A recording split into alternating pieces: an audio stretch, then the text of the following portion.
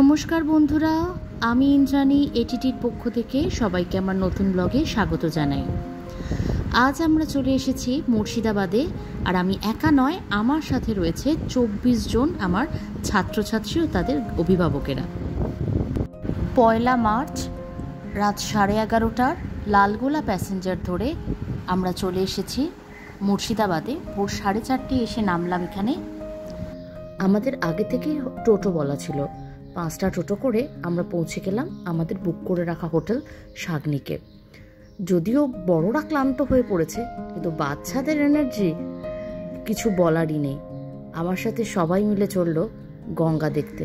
চলুন আপনারাও। আমরা চলে এসেছি আমাদের হোটেলের সামনে দিয়ে বয়ে যাওয়া ভাগীরথীর সামনে। আমরা নৌকা করে এপার ওপারও হলাম। ওপারে রয়েছে আম বাগান। বাচ্চারাও আমার সাথে খুব আনন্দ করেছে। তখন সবে ভোরের সূর্যটা উঠছে। কি অসাধারণ দৃশ্য, আপনারা নিজে চোখে দেখুন। আর শীতের সকাল, চারিদিক কুয়াশায় ভরা, তার মধ্যে ভটভটি নৌকো। আসলে বাচ্চারা তো এখন আর কলকাতা শহরে বসে এরকমভাবে প্রকৃতিকে দেখতে পায় না, তাই তারা ভীষণ ভীষণ খুশি হয়েছে এই ট্রিপে এসে।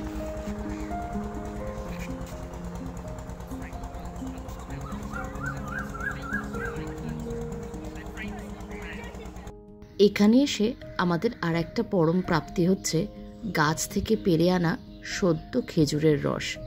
বাচ্চারা এর টেস্টগুলোও কোনো দিন পায়নি, তাই আমিও এই রস আস্বাদন করলাম, তাদের সাথেও ভাগ করে নিলাম। পার গ্লাস 10 টাকা করে দাম। সকালের ব্রেকফাস্ট সেরে আমরা বেরিয়ে পড়েছি নদীর এপারের সমস্ত দর্শনীয় স্থানগুলো দেখব বলে। এসে পৌঁছে গেছি কাঠগোলাপের বাগানের সামনে। এই গেটটিকে বলা হয় নহবত গেট। এটি প্রতিষ্ঠা করেছিলেন লক্ষ্মীপতি সিং নামে রাজস্থান থেকে আসা এক ব্যবসায়ী। তারা 4 ভাই মিলে কাঠ ও গোলাপের ব্যবসা করার জন্য এখানে 12 লক্ষ টাকা ব্যয়ে এই বাগান বানিয়েছিলেন। আমরা ভেতরে ঢুকলেই বাগানের 4 কোণে 4 ভাইয়ের ঘোড়ায় চড়া মূর্তি দেখতে পাবো। কিন্তু শুধু কাঠ আর গোলাপের ব্যবসাই তারা করতেন না, চোরা পথে তারা আফিংয়ের ব্যবসাও করতেন। এর সাথে যুক্ত ছিলেন জগৎ শেঠ স্বয়ং। এর ভেতরে ঢুকতে গেলে এই হচ্ছে টিকিট ঘর। 30 টাকা প্রবেশ মূল্য দিয়ে আমাদের ভেতরে প্রবেশ করতে হবে এবং নিয়ে নিতে হবে একজন গাইডও। চলুন আস্তে আস্তে আমরা প্রবেশ করি কাঠগোলাপের বাগানের ভেতরে। এখানে প্রচুর আম গাছ দিয়ে সাজানো আছে বাগান, এবং এই বাগানেরই 4 কোণে ওই 4 ভাইয়ের ঘোড়ায় চড়া মূর্তি রাখা রয়েছে, যেন তারা আজও সেই বাগানটাকে পাহারা দিয়ে চলেছেন। কথিত আছে 999 বছরের জন্য 12 লক্ষ টাকার বিনিময়ে এই জমি লিজ নিয়েছিলেন লক্ষ্মীপতি সিং দুগার। আজও নাকি সেই লিজ চলেছে।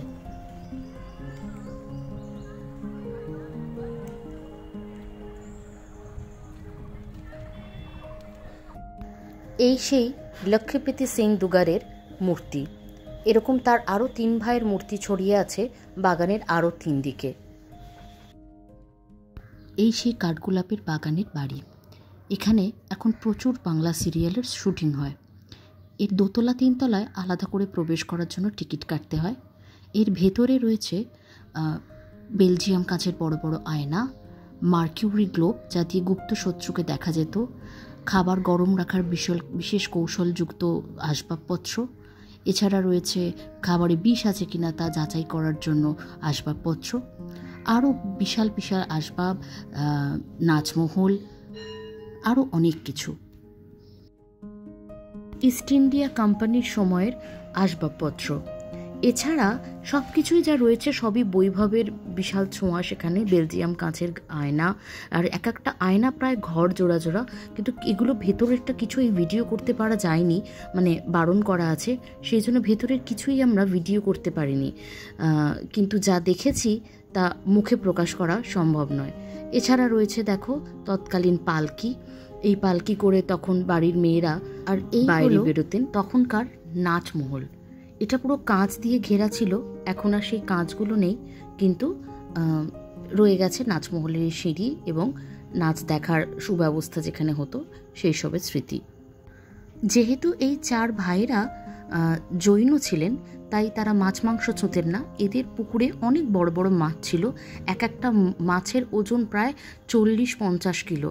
সেরকমই দেখো দুটো মাছের এখানে প্রতিকৃতি করে রাখা আছে, এবং এই মাছগুলো এখানে মৃত্যুর পর তাদের এখানে সমাধিস্থ করে দেওয়া হতো। এখনও সুন্দরভাবে মেনটেন করা হয় এই কাঠগোলাপের বাগান। এর ভেতরে একটা সুন্দর জৈন মন্দির আছে, চলো তোমাদের সেটাও দেখাবো। আমরা এসে গেছি জৈন মন্দিরের ভেতরে। এর ভেতরের অসাধারণ কারুকার্য দেখলে চোখ জুড়িয়ে যাবে। রাজস্থানি প্যাটার্নের সমস্ত কাজ। যদি কেউ রাজস্থান বেড়াতে গিয়ে থাকো, সেখানকার ফোর্টগুলোতে যে সুন্দর কাজ দেখতে পাওয়া যায়, ঠিক তার ছোঁয়া রয়েছে এর ভেতরে।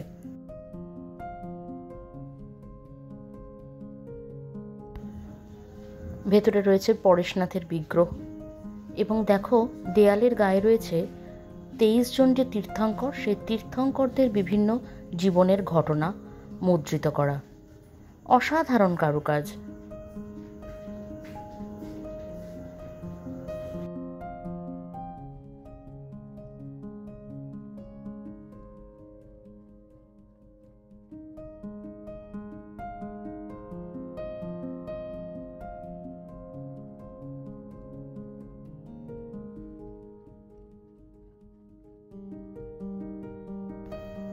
কাঠগোলাপের বাগানের ভেতরে রয়েছে মাইকেল অ্যাঞ্জেলোর একটি মূর্তি। দেখো সাদা শ্বেত পাথরের, কিন্তু যে কারিগর এই মূর্তি তৈরি করেছিলেন, এই মূর্তি বানাবার পর তার হাতটা কেটে ফেলে দেওয়া হয়, এবং সেই হাতেরও একটা প্রতিকৃতি এই পাশেই রাখা রয়েছে, যাতে এরকম মূর্তি আর কখনো কোথাও তৈরি করা তার পক্ষে সম্ভব না হয়। এখনও এই কাঠগোলাপের বাগানের যে ভেতরে পুকুর রয়েছে, সেখানে দেখো কত মাছ রং বেরঙের। আর এই দেখো সেই রাস্তা যেখানে চোরা পথে জগৎ শেঠের বাড়ির সাথে জিনিসপত্র পাচার করা হতো, আফিংয়ের ব্যবসা করা হতো, সেটাও এখানে খুব সুন্দরভাবে যত্ন সহকারে সংরক্ষিত করা রয়েছে।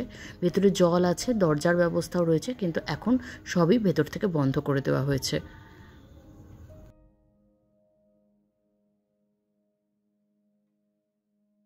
আমরা এসে গেছি আমাদের পরবর্তী গন্তব্য জগৎ শেঠের বাড়িতে। মুর্শিদাবাদের ইতিহাসে জগৎ শেঠের অবদান অনেকখানি। তৎকালীন সময়ে ভারতবর্ষের অর্থনৈতিক ব্যবস্থার অনেকখানি চালিত হতো এই জগৎ শেঠেদের হাত ধরে। জগৎ শেঠ কোনো একজন মানুষ নয়, তিনি একটা ব্যবসায়ী সম্প্রদায়কে জগৎ শেঠ নাম দেওয়া হতো, যারা হচ্ছে কারবার করতেন, এবং তাদের হাত ধরেই বহু বৈদেশিক অর্থ ভারতে আসতো, ভারতের বাইরে যেত। তো এই বাড়ির ভেতরে প্রবেশ করতে গেলে আমাদের 25 টাকা করে টিকিট কাটতে হয়েছে। এখন এটা মিউজিয়াম হিসেবেই ব্যবহৃত হয়। এর ভেতরে আমরা দেখতে পাবো ঢাকাই মসলিন, তারপরে সোনা বসানো কাপড়, তৎকালীন অনেক অস্ত্রশস্ত্র, বিভিন্ন আসবাবপত্র ওই মিউজিয়ামের মতো করে সাজিয়ে রাখা আছে। মানুষেরা ঢুকছে এবং এখানকার সম্পর্কে, ইতিহাস সম্পর্কে অনেক কিছু জানছে। আমরা চলে এসেছি আমাদের পরবর্তী গন্তব্যে। এটি হচ্ছে নসিপুর রাজবাড়ি, কিন্তু আমরা নসিপুর রাজবাড়ির ভেতরে প্রবেশ করিনি। এখন আর এর ভেতরে সেরকম কিছু নেই, ওই মিউজিয়ামের মতোই করা রয়েছে। কিন্তু এটি হচ্ছে সেই ইতিহাস কুখ্যাত দেবী সিংয়ের বসত বাড়ি। তিনি সুদূর পানিপথ থেকে ব্যবসা করার জন্য বাংলায় এসেছিলেন, কিন্তু পরবর্তীকালে তিনি নবাবের অধীনে কাজে যোগ দিয়েছিলেন, এবং 76-এর মন্বন্তরের সময় তিনি রাজস্ব আদায়ের জন্য মানুষের উপর যে অত্যাচার করেছিলেন তা ইতিহাসে নিষ্ঠুরতার কাহিনী হিসেবে লিপিবদ্ধ করা আছে।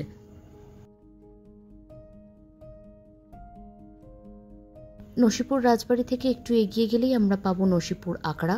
এখানে আছে 80 টাকার গাড়ি, আর রয়েছে অনেক আসবাবপত্র।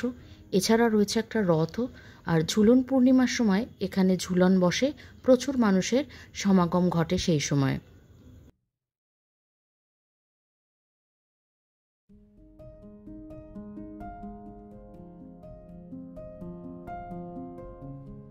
আমরা এসে পৌঁছে গেছি আজিমুন্নিসা বেগমের সমাধির কাছে।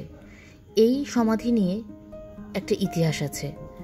মুর্শিদ কুলি খাঁয়ের একমাত্র কন্যা আজিমুন্নিসা বেগম, ইতিহাস যাকে কালিজা খাগি বেগম নামে চেনে।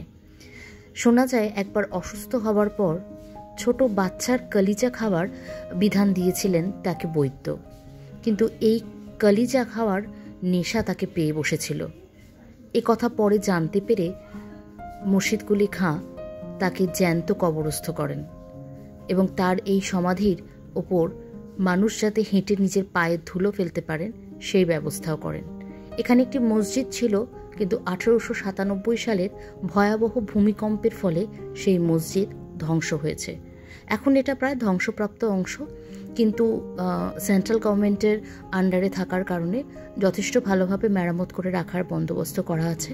এখন ভেতরে কাজ চলছিল বলেই আমরা এর ভিতরে ঢুকতে পারলাম না, তাই বাইরে থেকেই তোমাদের দেখালাম।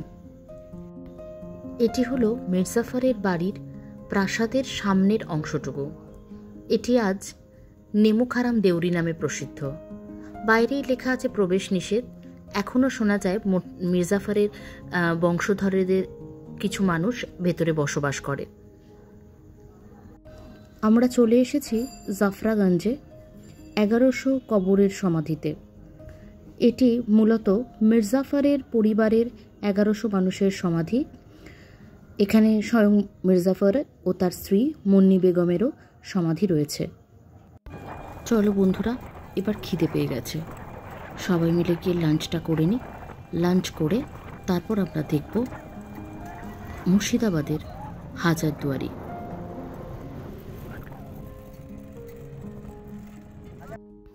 এসে গেছি হাজারদুয়ারিতে।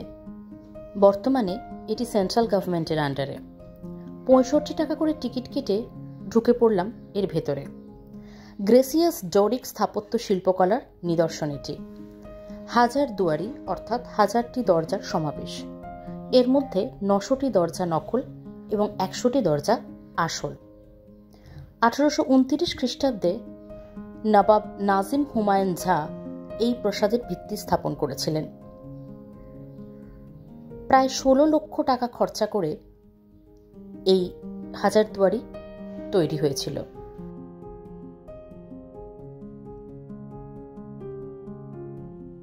ভেতরে আছে এই ঘড়িঘর, যা এখন বন্ধই থাকে। আর রয়েছে এই তোপ। এই তোপ বাচ্চাওয়ালি কামান নামে পরিচিত। শোনা যায় যে এই তোপের আওয়াজে এলাকার আশেপাশের গর্ভবতী মহিলাদের গর্ভপাত ঘটে গিয়েছিল। সেই থেকে এই তোপকে বাচ্চাওয়ালি কামান নাম দেওয়া হয়েছে। এই সেই ইতিহাস প্রসিদ্ধ হাজারদুয়ারি।